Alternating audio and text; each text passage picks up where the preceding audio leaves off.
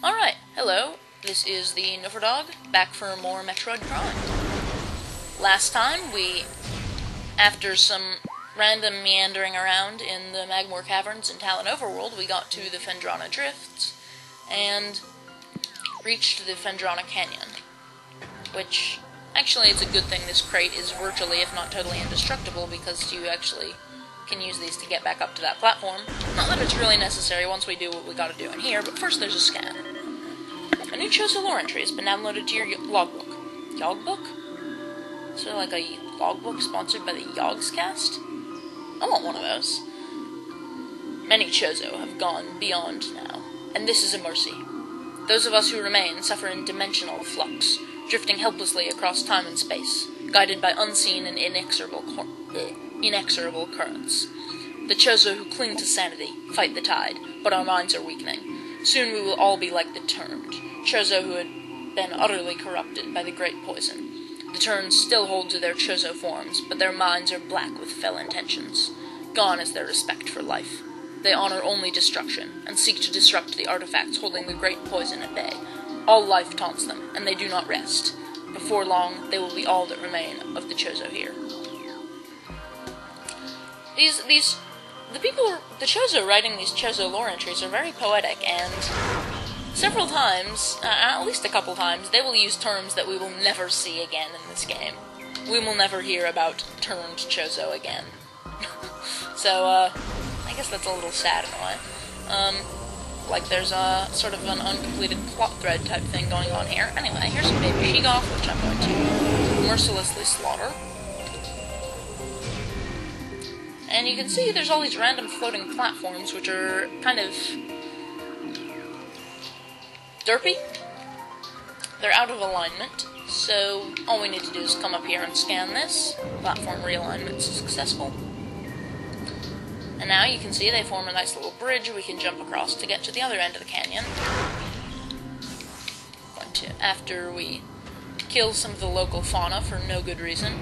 And after you stand on these for a second, they are going to start to fall. And you'd have to realign them again. Anyway, without further ado, let's get an actual new ability. Boost ball acquired. While in Morph Ball mode, press and hold B to charge the ball. Charge the ball. Release B after charging to get a speed boost. Additional data downloaded to inventory screen. Press start to access the inventory screen.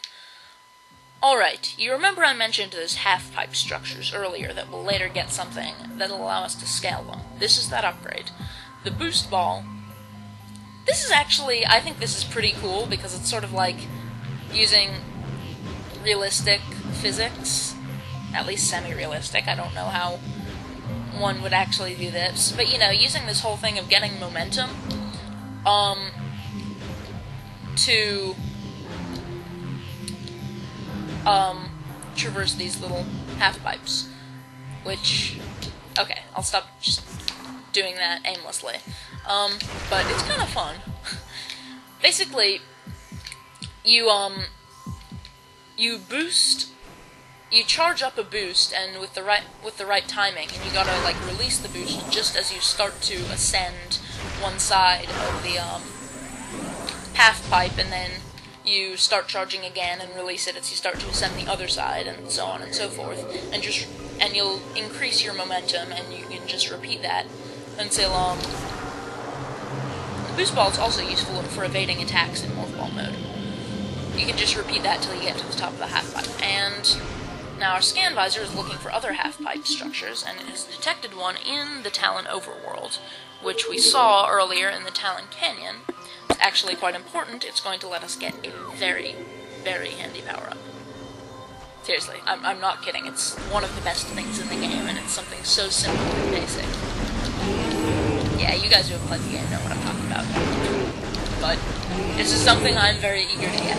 So let's mercilessly slaughter some more local fauna, and actually, I forgot to, because we can't get to this, purple door up at the top here yet, I didn't bother, you know, climbing around in these ruin structures that you need to get to the top part of the room, but there is a Chozo lore here we should scan. None know if our temple, the Cradle, will prove powerful enough to contain this evil forever. How can we, Chozo, hope for it to remain intact, when that which it guards writhes in the darkness, growing always stronger? The fate of this world rests with gathering of artifacts we call the cipher, but even it is not all-powerful. It is strong, yes, an enchanted whole made of 12 links. Still, it is finite in its reach, and we who guard it are slowly succumbing.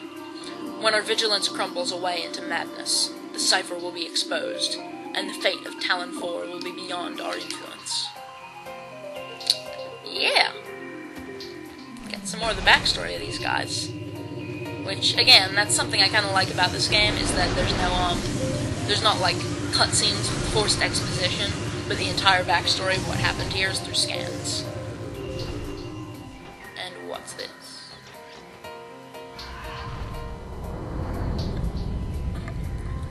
It's Ark again. No, not going there. Yep, it's our old rival, Ridley. I guess the ground-based recon did accomplish something. We actually saw the guy. You do kind of lose the sense. One thing about this game's story and the sort of the way it tells the plot is you do kind of lose the sense of why am I even here in the first place? Because, like, you originally come to this planet. First you seek out the distress signal from the pirates, and then you originally come to this planet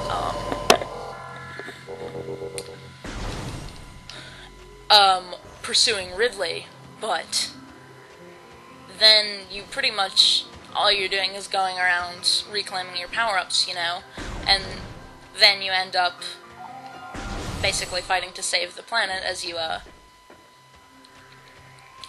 learn more about what's going on through these scans, because we'll see, you know, Samus has her reasons why she wants to stop what's going on here and protect the planet, but, other than just being a nice person who doesn't want to see a planet get destroyed.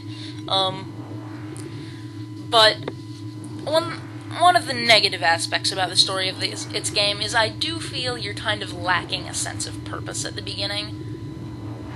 And, like, at the end, when you know what you finally got to do, it's sort of like, is there any particular reason why I'm doing this? I don't know. I mean, there is. It still works. It just feels a little aimless at times, I guess. So anyway, we're going to go down through the Magmoor Caverns, but instead of ow, that was stupid, that was really stupid. And now I've got to fight both of these guys. Ah, all three of these guys. But the strafe maneuver there is very handy.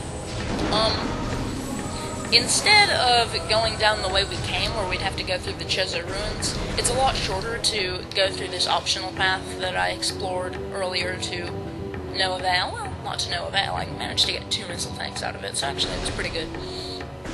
But I got them before it was really necessary, since this is the time when you actually really want to come through here.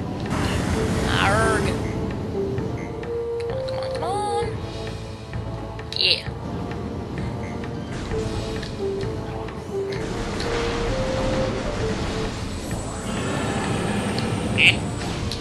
Hiya bad.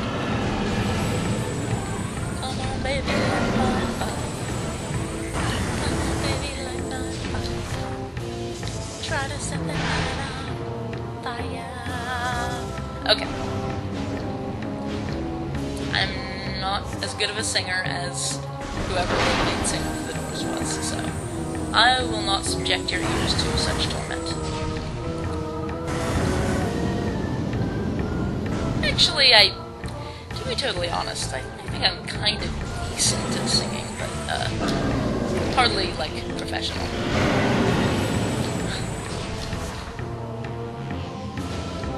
What I mean is, it's not always ear-bleeding, just not pleasant. Okay, I'm just gonna stop. Stop with the awkwardly self-congratulating crap that doesn't really make sense, that I don't even fully understand. Here is our goal. And this might end up being a slightly long episode as well, but I don't mind. I want to wait till we get the power-up that I'm going for before I end it off. What episode are we on by now? Is this gonna be the 10th? Yeah, this is gonna be the 10th episode if I manage to stick to my schedule here. Yeah, you guys know what I mean. I had that one really long recording session at the beginning where I recorded, it was going to be 6 episodes, and then I ended up shortening the first episode, and I was going to make it 7 episodes, but then I decided to make it 6 episodes again. So the end of it was synced up with the commentary, but at the beginning I kept, my outros and intros were always at the wrong times, in the middle of episodes and stuff. Which is kind of what I mean about working on being more professional and being more prepared for stuff. But I mean, it's my first Let's Play, so cut me a little slack. And crap. Oh, okay, wait, that didn't take me down too long. Too far. Too long. Whatever. To get up here? No, we can't get up here. We gotta go over here. My platforming skills are a bit lacking. I guess I've just been spoiled by playing through most of the game, already having the power-up that we're about to get. Yes, we will luckily have this for most of the game, once we get it. Well, I mean, for the entire game after we get it, but, we're not all that far into the game yet, so we still have most of the game to know. I'm just gonna stop. I'm rambling so much. I'm sure you guys get what I mean, right? Right? Anyway, here's this half-pipe. It's too smooth to be natural, except for these lines in it, but, because it's unnaturally scored there. Anyway, we can just use the boost ball to get up here. Quite handy. The boost ball is a nice power-up to have. Just because of the way, it lets you move really fast and move ball and, dodge attacks and all that, in addition to the whole half-pipe thing. But the half-pipe is kind of a cool way to make use of the physics in the game as well. So here's another just random little connector, which, as you can see, this is scannable. Lichen.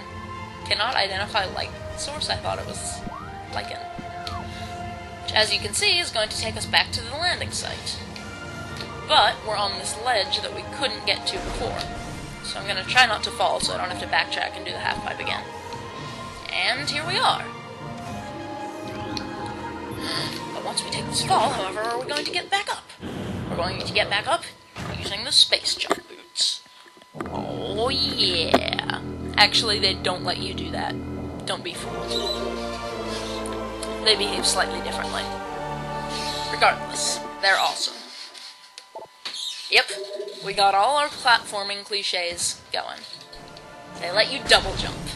Apparently through the use of boot-mounted thrusters, though since there's no way to go into third-person mode in this game, you can't see exactly how that works.